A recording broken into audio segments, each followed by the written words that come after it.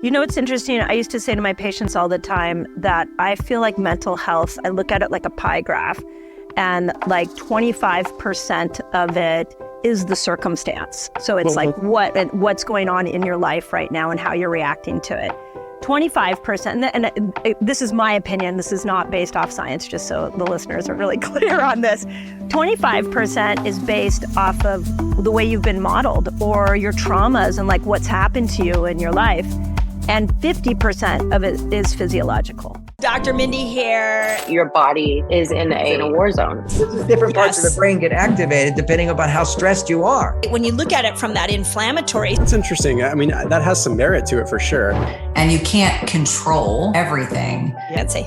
And what about a woman who is not pregnant, but she's aiming? Okay, welcome to the Resetter podcast. I'm super happy to have you here. And I don't invite very many guests back. Oh, very honored. Yeah. Thank you. So I'm super happy you're here. Yeah, I mean, and it is interesting. We've been on this journey together now for 2.5, 3 years. And so I think there's an update. There's an update, which is good. Yeah. I know. Does the world know when I met you, you were like, this is the way I looked at it. So take this with love. You were like the poster child for mental health. Yeah, I've talked about it a lot. And, I, even in my discussions about it and how open I've been about it, I still struggled significantly. Yeah. I found things to mask and help, but I don't think I found anything to really like move the needle. Yeah. Because I think there were so many other components that were contributing to depression and anxiety that were physical components that we've addressed. And then that eventually really started moving the needle for me. You know, it's interesting. I used to say to my patients all the time that I feel like mental health, I look at it like a pie graph, and like 25% of it is the circumstance. So it's like what's going on in your life right now and how you're reacting to it. 25%, and this is my opinion, this is not based off science, just so the listeners are really clear on this. 25% is based off of the way you've been modeled or your traumas and like what's happened to you in your life. And 50% of it is physiological. And I think with you, that was one thing that was really interesting, is that I kept looking through that lens when we first started working together of like what's showing up here. And we just dove right into the 50% that was physiological. Mm-hmm. And then I feel like that changed the other percentages. Yeah, no, it definitely did. I think one of the biggest pieces was removing toxins from my system. I used to eat a lot of sushi and I had a buildup of mercury. And I think that, especially when it comes to anxiety, like that was a big trigger for me. Yeah. I literally keep track every day of my anxiety level, my sleep, like all those different things. So we can always refer back to like, if there was an issue, if we had a bump in the road, like what was causing it. But I find myself like getting to anxiety and going, oh, I didn't have any today. Like I had the normal, typical, like, a little bit, but I don't even consider that, like, I haven't had like anxiety attacks or anything along those lines. And so how much of your life did you have anxiety attacks? Probably more than I realize. I think my depression and anxiety started much earlier than I realize, but I can definitely, I can clock it starting around 29. Oh, so in your teenage years, you didn't have a lot of... I would say I'd had more depression in my teenage years than I did anxiety. Yeah. I mean, I grew up, my mom was severely depressed. And so I think it and then of course, like just growing up in front of the world. Right. All the stuff I went through, my parents getting divorced and like all the things that you don't think affect you at that time because you're so young, but then you realize that they definitely did. But my anxiety really kicked in around 29. Yeah.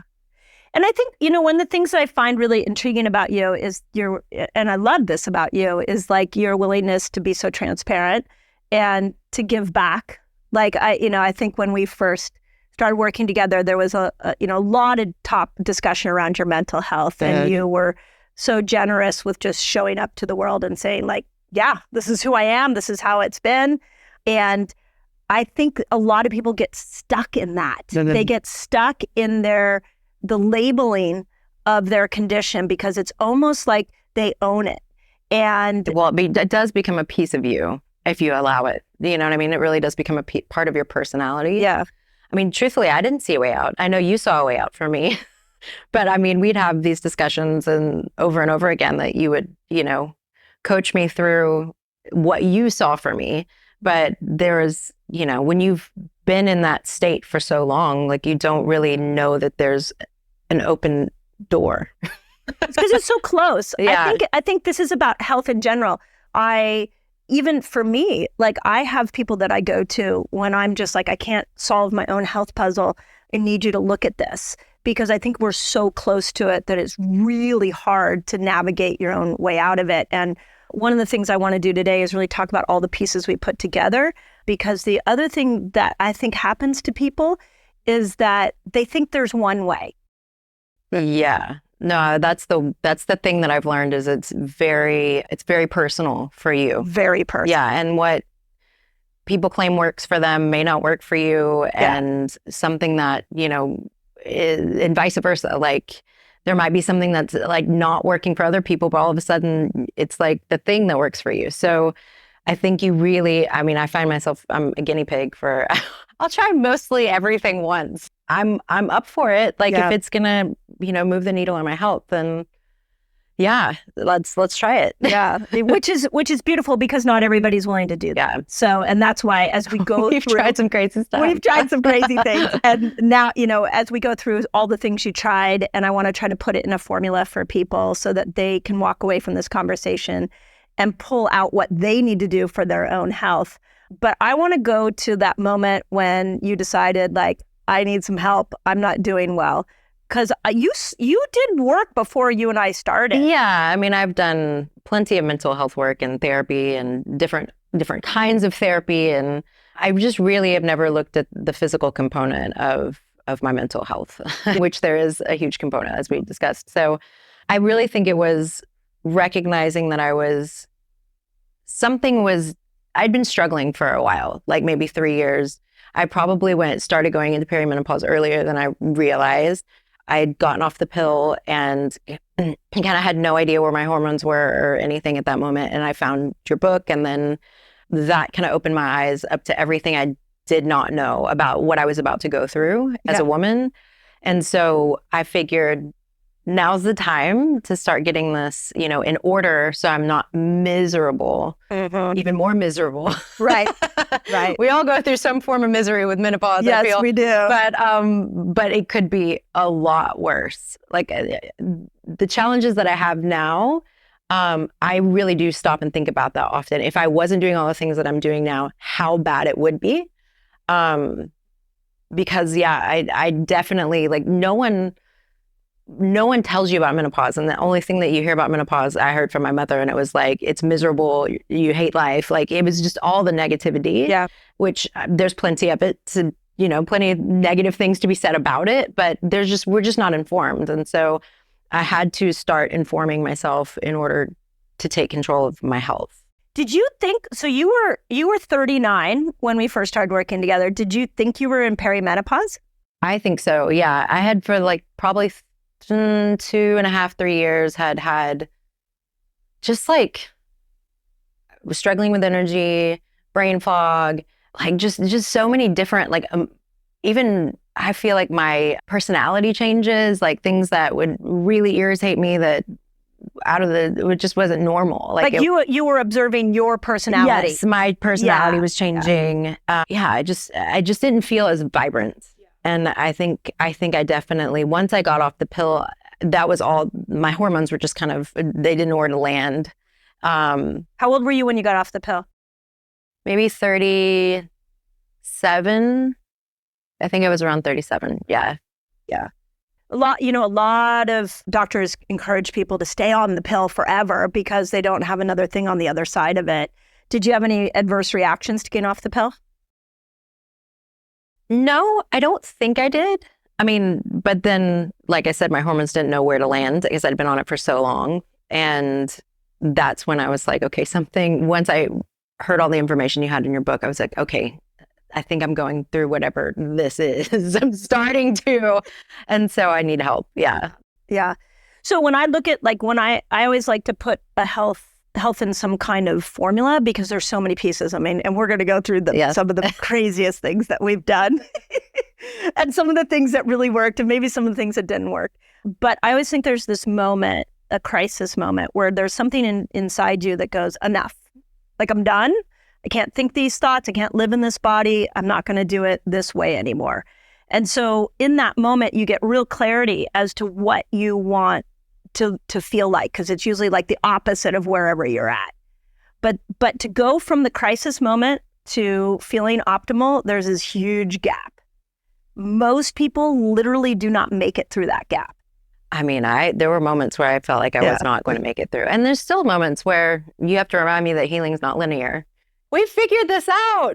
I do all these things so I don't have to feel this way. And you still do. I mean, it's just, it happens, and just, I mean, I find hormones so fascinating. They're so fascinating. Just when I think I've gotten my estrogen patch right, it's like, oh, I need a little more estrogen now. Right. I mean, like, it's just constantly shifting, constantly evolving. And that's where recently I was telling you, I feel like we've gotten to this place, and this is where a lot of people will get to when you do hit the place of, okay, I'm feeling better.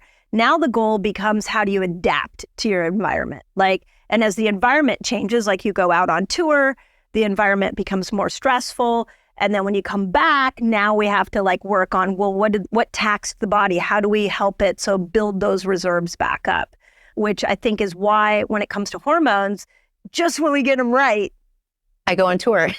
It is a hard thing because my life is, there's like two very different lives sometimes. Like, I've been home for the last week, 6 weeks, and my sleep is amazing. My Oura Ring's not yelling at me. Like, I've been relaxed and I've actually rested, and it's a different life than when I start up and travel, because then I'm in between time zones and I'm not getting as much sleep as I normally would, and I'm eating different foods, and I have more stress, and it really is like a complete black and white, very different. And then you have to build yourself back up. Yes. And then I come home and I crash, and then I don't know how to rest anymore because I've been working so much, and then we have to revisit that and build me back up with, I mean, we have such a toolbox of how to build me back up, and which has been really helpful to find. Yeah, all the things.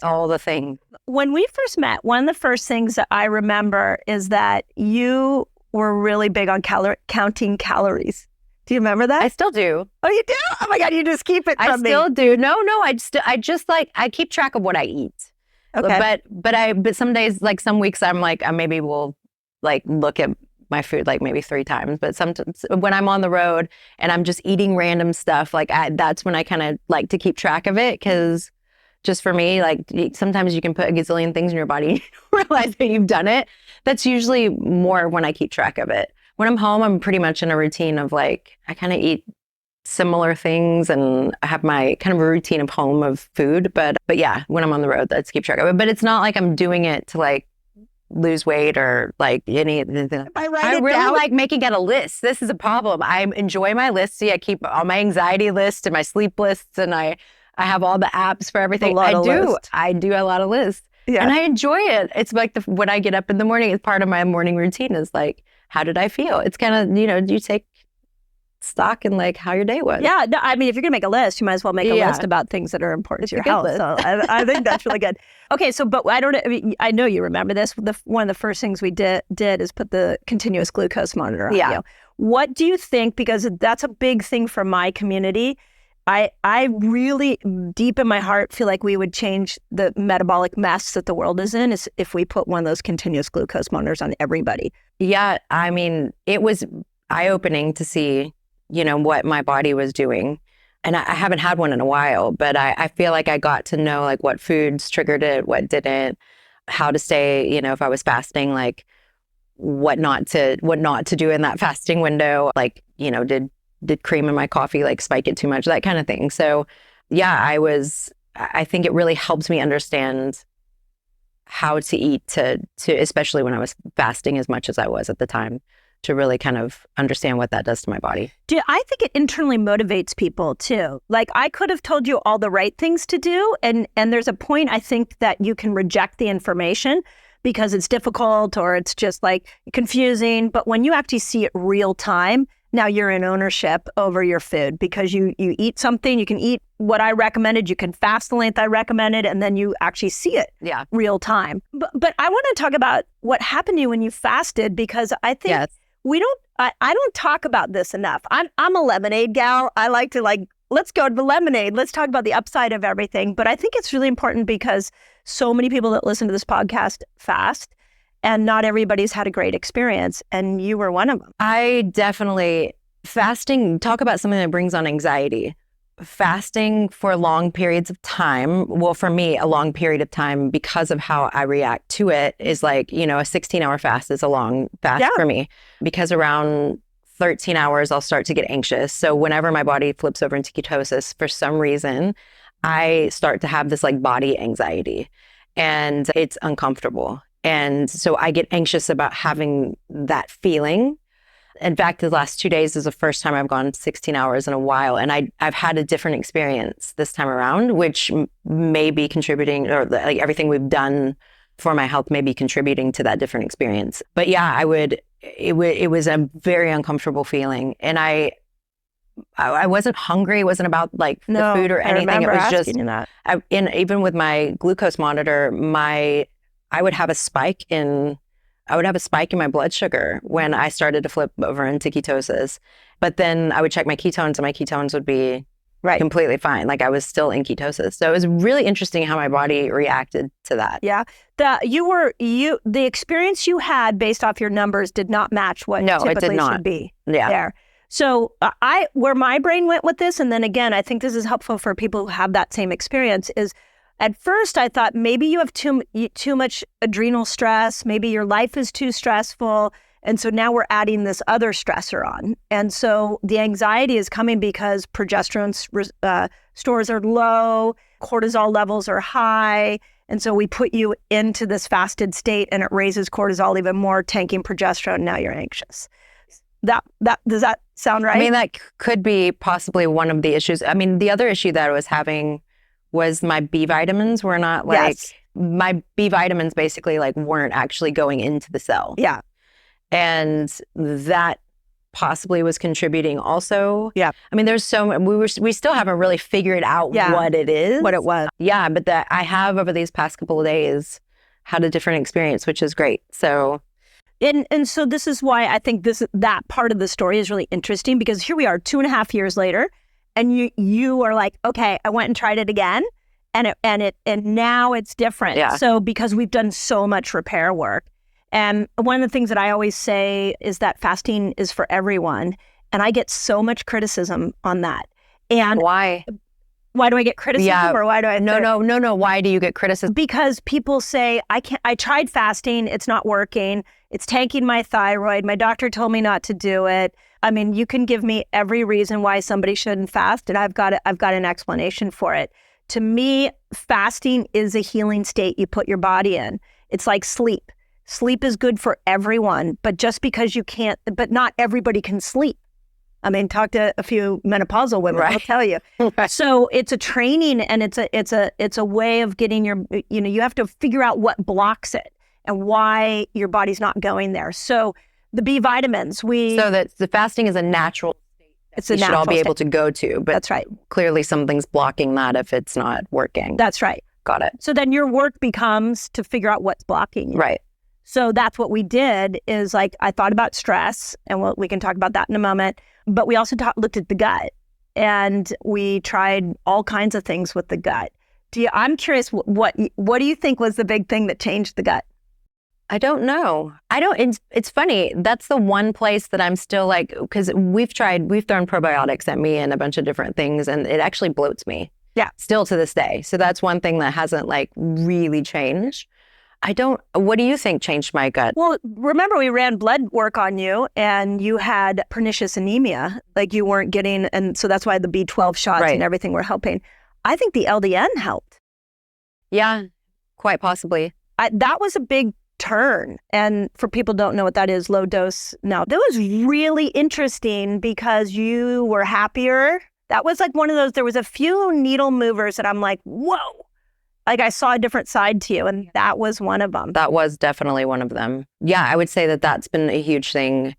As far as like my mental state, oxygen's been a huge thing. Yeah, like hyperbaric. And then I feel like Ibu really changed a lot of things for me. Yeah, we're gonna go into Ibu because I think that was like huge. And methylene blue. I feel like methylene blue is so great. Like I feel like it's great for my brain. I know it definitely helps with the uptake in serotonin, which I definitely know I've been deficient in most of my life.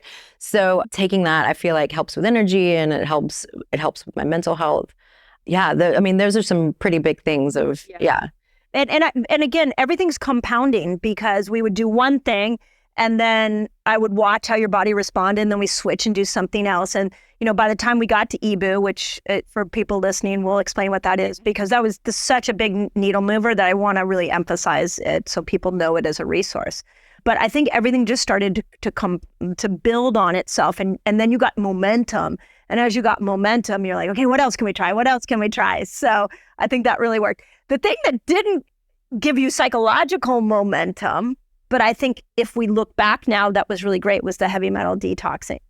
Yeah, but I think that's what, I don't like a slow burn. And that was what I feel like the suppositories and things like that we were doing, like everything felt like a slow burn. And that's why I loved Ibu, is like, get that out of me. Yeah. Because that seems like, because for me, with the anxiety of fasting, and then also how much anxiety came with stripping heavy metals from my body. Yeah.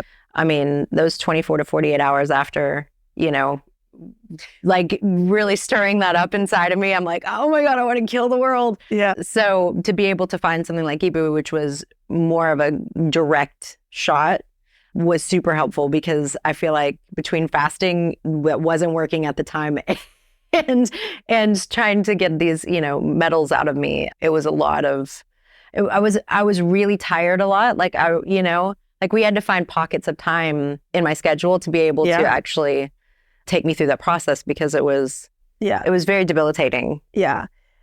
Although I do think it was necessary. It was. I think it started the process. Yeah. And I think it also allowed us to see just how much was there. Yeah. Do you remember what the first symptom was? Because what my recollection was fatigue, anxiety, depression. No, I don't think focus was an issue. No, but brain fog definitely was. Do you remember what the first one that went away? The first of those major symptoms that went away? Probably the brain fog. Okay. Yeah. And do you think the anxiety was close to being? No, I think the anxiety was probably the last thing. I think I was kind of hanging on to the anxiety. Like a friend. Yeah. I mean, you were saying, it kind of becomes a part of who you are. And not until recently was I filling out like my anxiety list and whatever. And I'm like, I probably should start putting that I really didn't have anything today, because I really didn't. I'm just so used to like putting that there was a low grade level of anxiety. But if I really stopped to think about it, I'm like, no, I really didn't. I wasn't anxious today. So that's like it took a moment for me to actually stop making that a part of my life. I think that is so well said, because we forget that our symptoms become part of us. I mean, it can be everything from your weight to, I can't do this because it becomes an excuse. We get attention for it. And I would tell you, just in the time I've worked with really, really sick people, sometimes that's the hardest piece, is what will life be like when you don't have that anymore?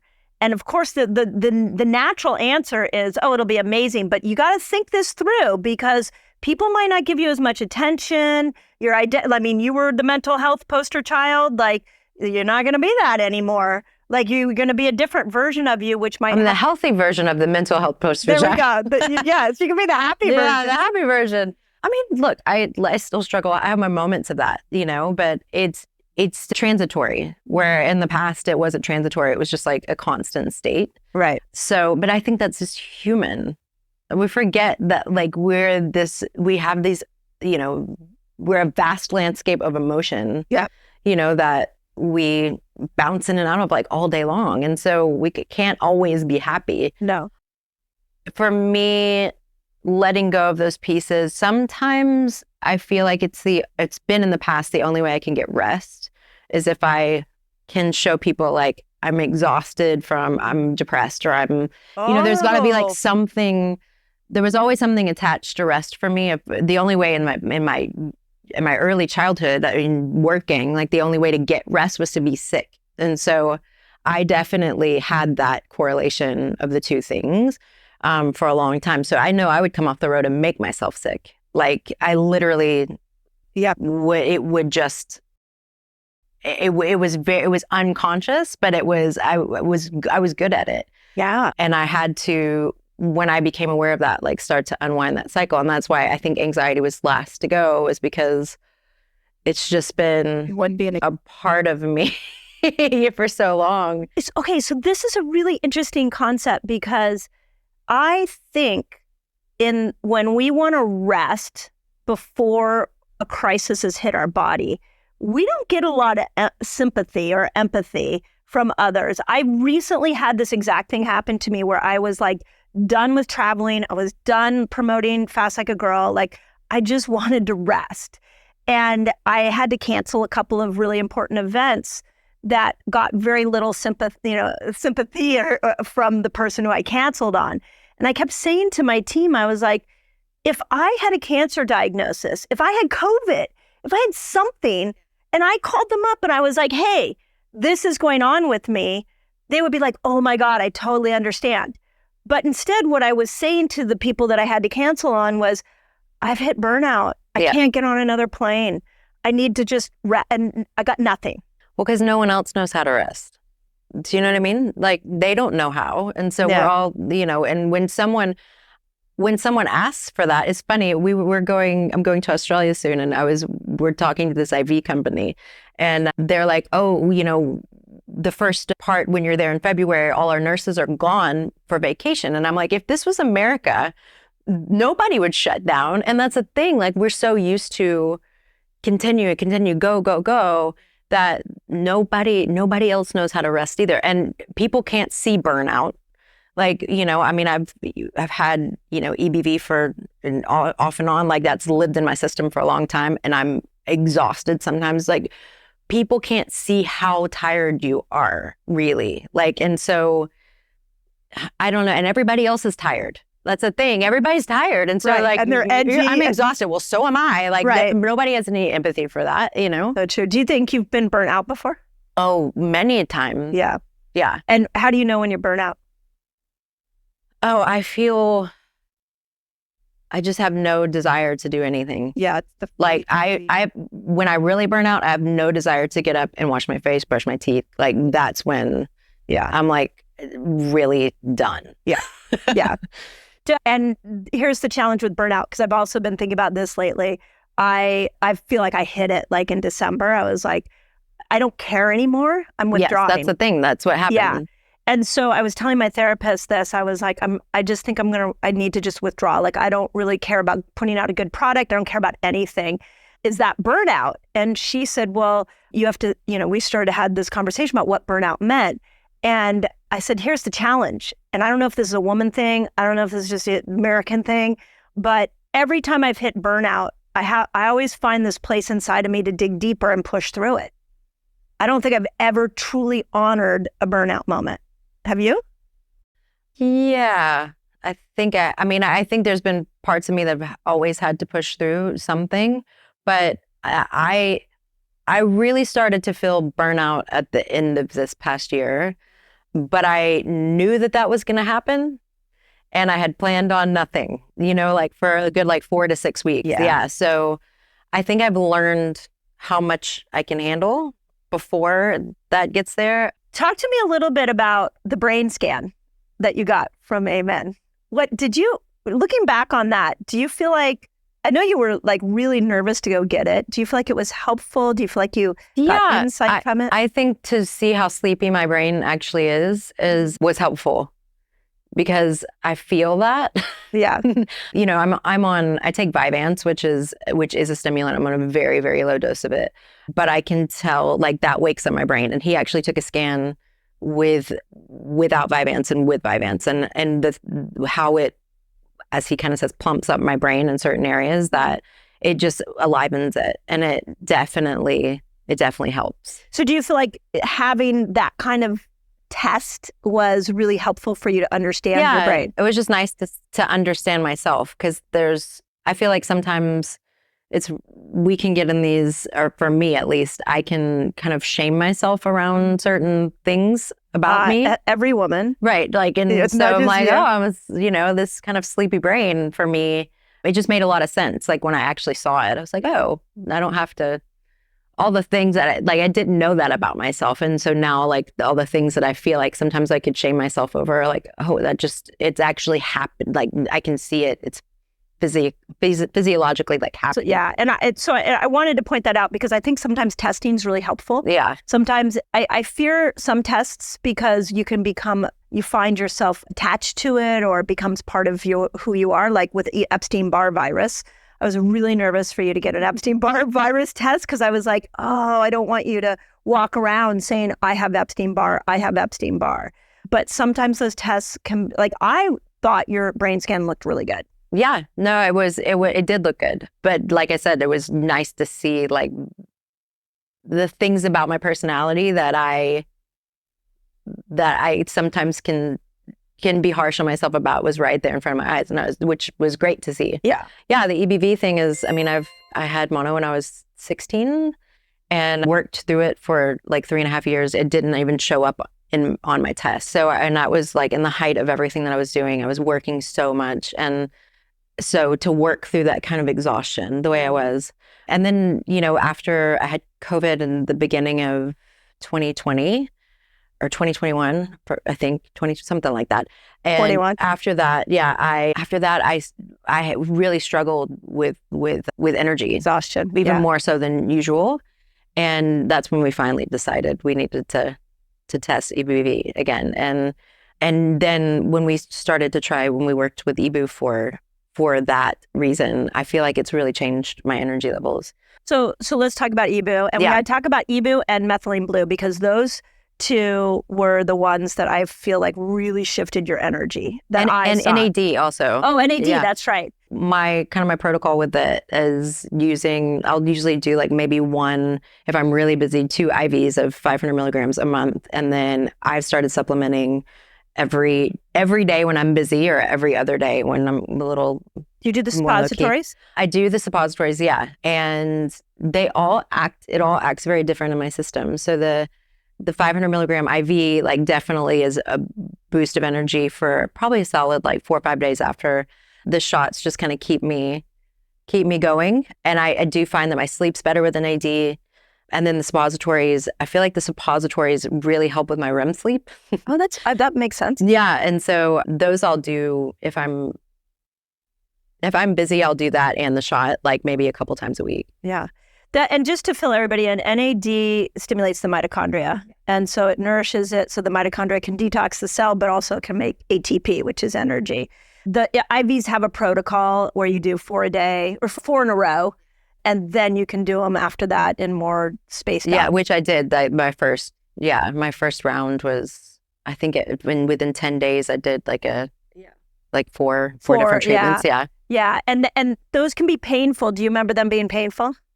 Yeah. Once I got up, I think the highest I've ever done was 750 milligrams. And that took me a little longer. Okay. There was a little bit more pain and nausea, like that kind of thing involved. But if I stick around 500 milligrams, I'm pretty good. Yeah. But yeah, you just have to get used to the feeling of it. And then the great thing about that is with the IV, like you can control how fast or how slow you're going. So yeah. You can make it stop for sure. And I also just want to point out for people listening that we'll leave links for all this stuff, because I think it's really interesting when we look at the puzzle that we put together. If we looked at, like, I love puzzles, by the way. So if you look at like a puzzle, there's like a certain color in the right corner, and then down in the left, your puzzle was like energy was up here, like depression was over here, anxiety was here. And when we got to the corner on energy, again, the 3 things that I saw really change was NAD and methylene blue and EBU. So I'll leave links for people so they can look at that as a resource. methylene blue. That was I've got all my friends on methylene blue. I've literally, all my girlfriends are, legit on methylene blue. again, and it's easy. Everybody can have access to it. So we'll leave a link for that for people. How often do you take it? I take it daily. Yeah. Just because I feel like it does a lot of great things for my brain. Like my girlfriend who's had a lot of brain fog recently just started it and she's like, oh my God, I can think again. Like it really is, for me, just, I feel like mood wise, it really has helped my mood. Yeah. I don't know if you listened to the interview I did with John. So I don't know, I haven't. Oh, I haven't you heard should, it. because he's such a wizard that half the time I didn't even know what he was talking about. He is a wizard. He has a thing called the blue spot of the brain, and that there's a part of the brain that gathers all the information from the day. And then at night when we go to sleep, it takes that information and puts it in our limbic system in the hippocampus and stores it for memory. And so there's like a download of information that happens. And methylene blue helps. So this is not just moods and energy, but it helps with cognition because you're ending up with brain parts that are working more efficiently so that the blue spot can download the information. So and it then kind of dumps it. It dumps it, and then it's fresh and ready to go for the next day. So we did a whole interview on it, which I think, we'll leave the link here. I'm going to have to listen to that. that. Yeah, you should go listen to it because it was pretty good. So, okay. And then we got to talk about EBOO. So EBOO, explain the process so people can visualize it. Yeah, so basically you get hooked up to 2 IVs and they take out about, I don't know, it's a tube that's about yay big and about this long. And they take out some blood. And once that tube fills up, they then oxygenate your blood. Yep. And as that's going on, it goes right back into the other arm. And I guess by the end of the treatment, which is about an hour long, 80 to 90% of your blood is clean and re-oxygenated. And my first 3 rounds of that were, I got tired after for a while. I was really kind of, for 24 to 48 hours after, it was kind of rough. Yeah, it felt like a detox reaction. It's like the second or third time. Yeah. Maybe my body was just really kind of like, we talk about getting to different layers of toxicity, maybe just pulling like a really deep layer out. And then now I do it once a month, especially when I'm traveling. And I find that I get this kind of euphoria with it most of the time. And I feel great. Like I feel like my body, I feel like it's clean. I do feel clean after. And like I can access a little bit more energy for sure. And do you feel like it's compounding like everything else? Like each time you go, it gets easier and easier? I do. Oh yeah, for sure. Yeah. And again, I'll leave links I think Dr. Yoshi's one of the best. Oh, he's amazing. He's really incredible. And he's got the whole nutrient system and stuff going on. Yeah, the whole IV that they give you before vitamin C, magnesium, B vitamins, the whole deal. Yeah. That, since he started that before the treatment, that's actually really helped with the after effect. Yeah. So, yeah. Amazing. Okay, one last thing we have to talk about, and then I want to go into menopause, and I want to go into your, we're gonna go into what menopause feels like for you. Oxygen was also a big, we can't leave that out. And that was really about where we really amped that up was with your vocal cords. Yeah, so I injured myself from coughing too hard the end of last year, and I was on waist rest for several weeks, and I was like, I'll try anything other than surgery, because I know at one point my doctor wanted to inject a steroid in my vocal cords and possibly go in and laser off this little vein that was now in my vocal cord. And I'm like, I'll try anything other than that. So that's really when we kind of amped up oxygen to see what that would have, if that would have any effect on the healing. I don't know if it has. I can't tell you that it's like... Oh, because we haven't looked at with the camera. But I now I'm just, I get up every morning and the first thing I go do is get an oxygen. Yeah. I just feel like I was tired the other day and I got in it for a second time during the day because I was just like, if I give myself an hour of oxygen, I'll feel better. And I did. Like it definitely helps with just mental clarity. Like if I haven't had a lot of great sleep and I get in it, it definitely kind of wakes up my brain. Yeah. I agree. It's an incredible tool.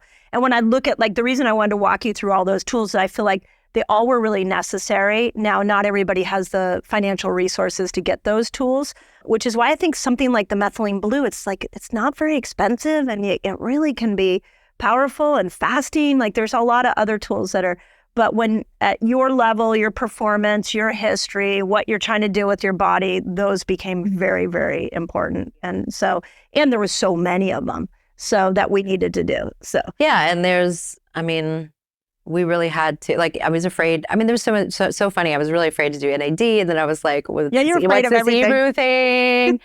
But now it's like my go-to. I mean, those are the things that fill me back up. Like, especially when I've been traveling so much. NAD, I'll do NAD on the road, and then Hebrew when I get home. Yeah. Those are the kinds of things that we really have to use to fill me back up. Menopause, I'll call it perimenopause. Yeah, I'm not there yet.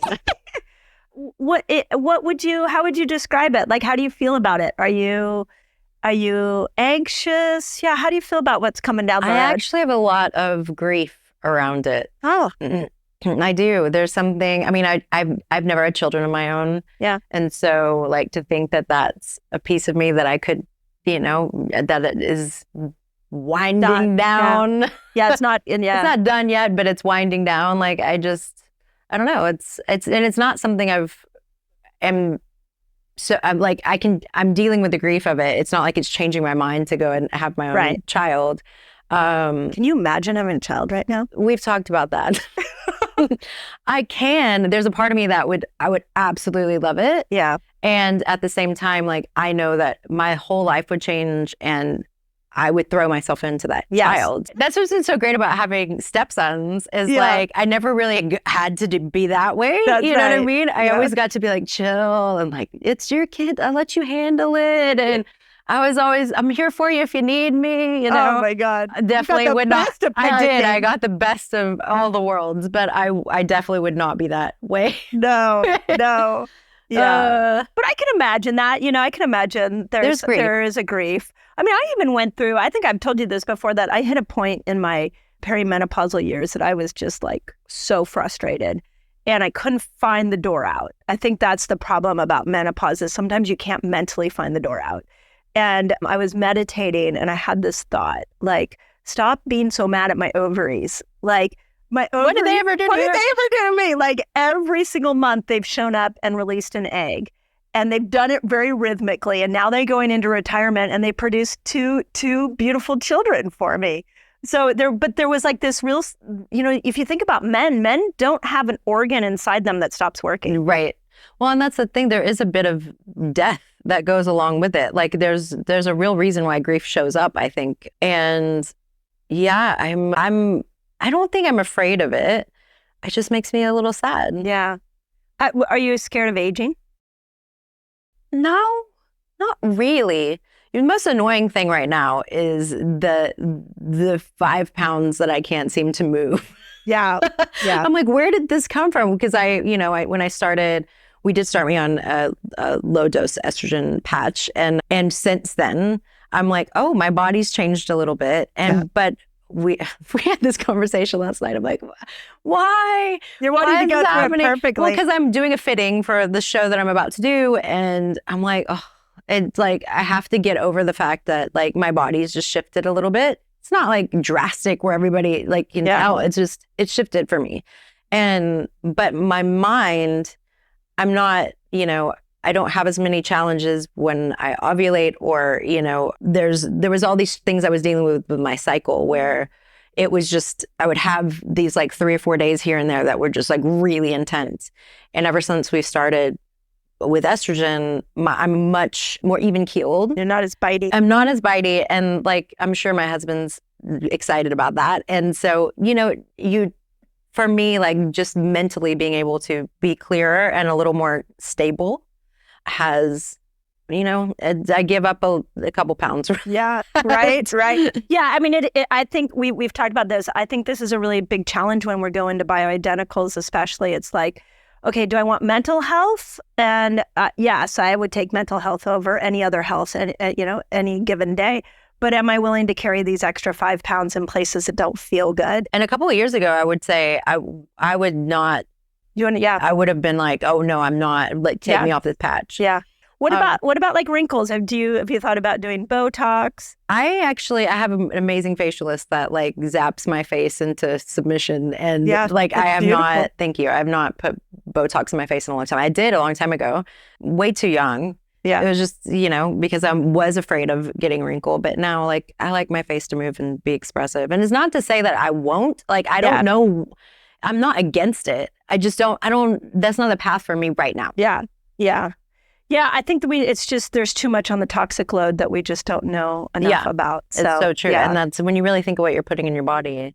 And I found other ways to be able to work with this. So until that stops working and we need to find a new path. No, I'm clean. Yeah.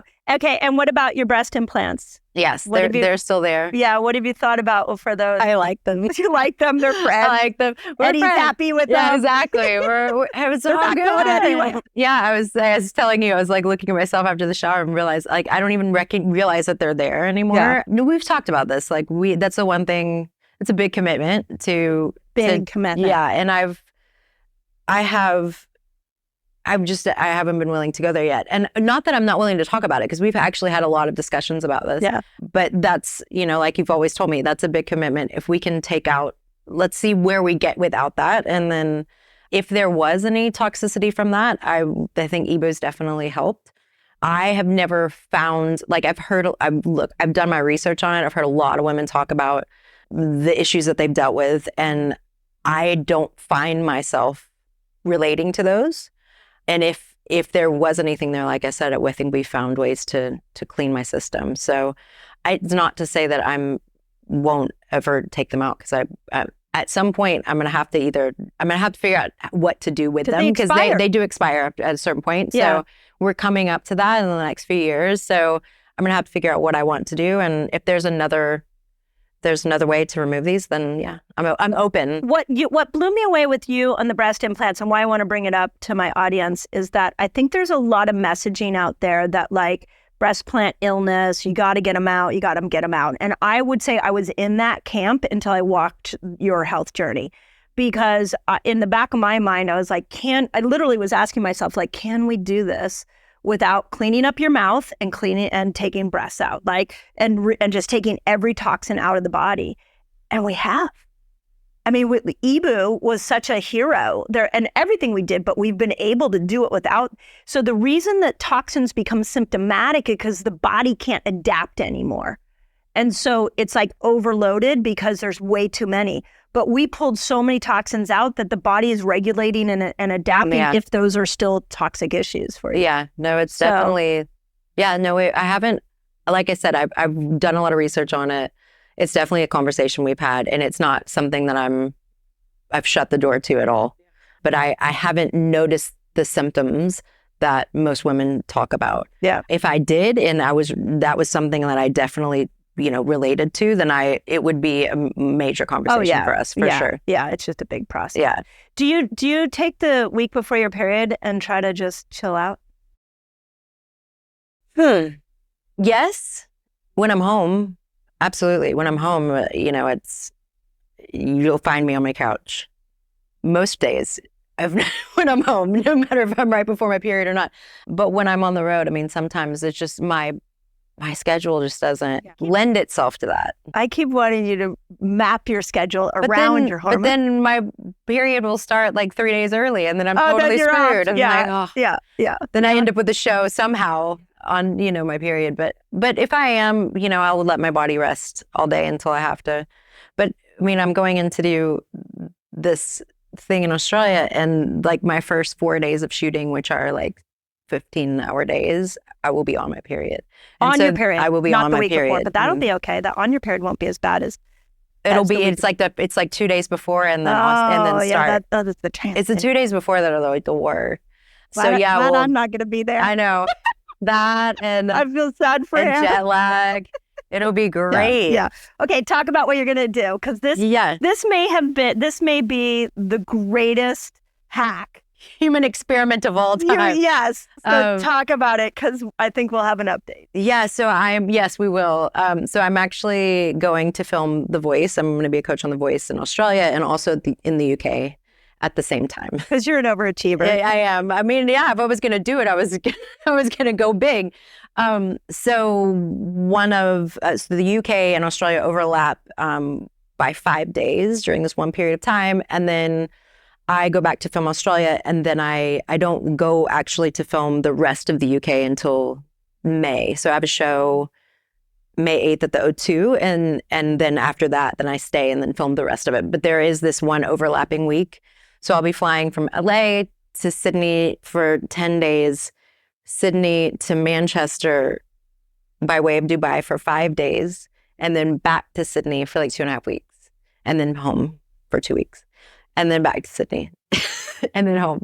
So I'm gone for like 6 weeks. Basically. It's literally the biggest jet lag quagmire I've ever seen. So you've been doing a lot of research. I've been doing some research. What are you going to use? What's like some of your big hacks? Well, let's see. I mean, a lot of things we just mentioned. Obviously, I'll be taking my NAD and my methylene blue, and I'll be doing NAD stuff before. I'm doing EBU before, but I'm also utilizing light to help reset my body clock. So I forgot what the glasses are called. I think they're called retimer. I got retimer glasses that are supposed to give off blue and green light. So you just put them on and they're supposed to help you adjust your body clock. I have my blue light blocking glasses, which I've actually started using now at home, like a couple hours before bed. And I do find that helps me sleep. Grounding mat. I was just about to say, I have my grounding mat, which I've been sleeping on at home with the grounding pillow, which I love. I am going to be taking that with me. I'm still trying to figure out how to do that on the plane. Well, if we're going to figure that out. And what else am I doing? The light is one of the biggest things, and trying to adjust. Like I'm going to try to adjust probably like 5-6 days out, where I kind of go to bed a little bit later. You have an app that might be helpful. Yes. What's that app called? Time shifter. Time shifter. Yeah, shifter. The time shifter app. Yeah. Okay. Which is super helpful. Yeah. You just put in all your information of your flights, and it'll break it down. But that only breaks it down for about 2 days before they start to tell you. I'm thinking I need a few days before. Yeah. And we're also going to try the hack of food. Yeah, I was going to say, because there's a whole circadian rhythm to the microbiome. So we're going to try using food timing to get the microbes. I spent actually a whole day down this path. And it's like, which came first, the chicken or the egg? Do the microbes control our circadian rhythm, or does our circadian rhythm control the microbes? Yeah, I think I came to the conclusion that the stimulation of the microbes controls the circadian rhythm. It's a feedback loop for sure. That makes sense. So, but that's kind of where I went to. So yeah. So can people follow you? Like, will you be posting on Instagram? Yeah, I have like a whole kit that I have put together of like. I mean, I've down to like the right sleep mask, to the earplugs, to the everything. So yeah, I'll definitely be showing a little bit of my journey. Yeah. We'll see what happens. I mean, it's gonna be a lot. I mean, I think there's, especially when there's the time from Sydney to Manchester, and I'm only there for 5 days, and it's literally, the time is inverted. Yeah. So it's the worst time zone change you can. That'll be challenging. Yeah. But I mean, I'm rolling with it. Yeah. And so if you find something you like, I think hopefully you'll post it somewhere, like on your website or something, so people can know what worked. For sure. So, because I think that'll be, you may have it. I feel like if anybody needs to solve the jet lag hack, it's LeAnn Rimes. Yeah. I mean, we've got melatonin suppositories. Yeah. We've got a long list. Yeah. It's gonna be good. As long as I'm there and I've given my all, and I've helped people on their journey, then yeah. And you end the whole thing in London. So and you're doing a big show there. So if people want to see you there. Yes, we're playing the O2 Arena on May 8th, which I'm very excited about. Awesome. Yeah, that'll actually be my first show this year. Awesome. Okay, here's my last question. This is what I've been asking everybody this season. What is health to you? Like, we look at it like it's a destination, but what does health mean to you, and what's your next health goal? Well, health, I think for me, is consistency. Like when I can string together days that are consistent, and I'm waking up finding joy in my days, and I'm not struggling, where I have energy. I think the biggest thing for me, what I equate health to, is to be vibrant and have energy. Yeah. To do what I want to do. With life, whatever that may be. So I think I go back to that consistency piece of like how, I guess my goal is like just more consistency. Like, you know what I mean? Like to be consistency mean good days. Yeah, more consistent good days. Yeah. Yeah. Especially as I go deeper into the menopausal journey, like, I look at, I think all the things that I do now, if I didn't do what I am doing and have control of my health the way that I do now, I mean, I really do think I would be in a very, very different place. And so, yeah, just consistent good days. As long as we keep on that path, like that feels good to me. Yeah. That was the goal of the menopause reset, was to give 40-year-old women like, hey, this is where you're going. This is what's going on. Here's a lifestyle tool. And then you have a little more consistency in that turbulence. So, okay, outside of jet lag, I know you're going to say jet lag, conquer jet lag. What's your health? What's like the next mountaintop of health that you're focused on? I don't know. That's a good question. I don't even know if I know for you. Yeah. I think it will be just as you go through your 40s, making it as smooth of a ride. Yeah. I think that's definitely. Yeah, I think that would be Should what we tell people about my pancake situation? Yeah, talk about everybody knows that they're completely normal. Yeah, no, I was making these mocha pancakes, which are so good for my progesterone that I needed at the time.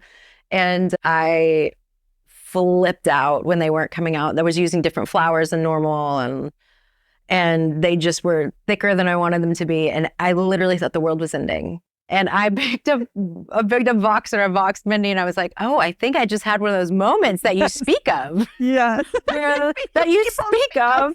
Yeah. Menopausal women speak of, where I literally thought the world was just ending over pancakes. And I was like, I'm having Eddie like help me. I'm like, Eddie, help. He's like, why are you so stressed? I'm like, I don't know, but you really have to help me right now. So yeah, and then it like really made me anxious for several hours after, and I had to like reset myself because but it's funny because I realized that I was doing it. Like I saw myself. I was watching myself as I was doing it, recognizing, oh, this is one of those moments, which is kind of helpful when you know what you're going through, as opposed to just thinking you're losing your mind. Yeah. So I hadn't had one of those before. That was my first experience. I had a hot flash like a few months ago during the day, which I'd never had before, which I did think I thought I was dying for a moment. Yeah. It's a very unique experience. Yeah. But it's kind of like, it's like getting your period. I'm like, oh my God, I had my first hot flash. Oh my God. What I want to say is like, welcome, young Padawan. Yes, exactly. Welcome to the menopause world. I know. It's a thing. Yes. It's a thing. So as long as we can navigate those moments where they're not like taking over my life, I think I'm doing pretty good. I'm just going to close by saying this, that I adore you. Thank you. I love your heart. I love your soul. I love who you are. I also love that you're so transparent. I think somebody in your position deserves privacy. And you are, at a moment when hormones are changing and everything's changing, you're so out there and showing what you're doing. And because I think the more we have these discussions, I mean, I just talked about, I had some abnormal cells removed from my cervix, and it was the first thing I wanted to do was go tell people about it, which is like not normally the thing, but it would just reminded people of, hey, get your checkups and like make sure you're taking care of your health, because it's something as women we can put on the back burner. So many people are afraid, like it's so uncomfortable to go into the gynecologist, and there's cervical cancer doesn't have symptoms, and like we don't talk enough about these things. And so, like I said, it was the first thing I wanted to talk about to remind people, and it was crazy the amount of feedback that I got from women who, thank you for the reminder, like I need to go do this. Or all the different stories I heard from different experiences people had around the same procedure. Yeah. And so, I feel like we just need more discussion around health. And because I have a platform to be able, to speak on things and that people listen, I'm always wanting to discuss it. It makes me feel less alone too. Oh yeah, I'm sure. It's like, yes, I want my privacy, but at the same time, like, yeah, I'm human. And this is just, we're just talking about human things. And that's really important to me. But at a time when so many women look at other women on social and compare themselves and feel less than, it's really easy, again, somebody in your position for people to project onto you. Yeah. And every time you are authentic. It's just so liberating. But not just for you. I think you really free other women, and I appreciate you for that. I appreciate you for a lot of things. Thank you. I love how you use your platform to just show your journey. Thank you. This is so good.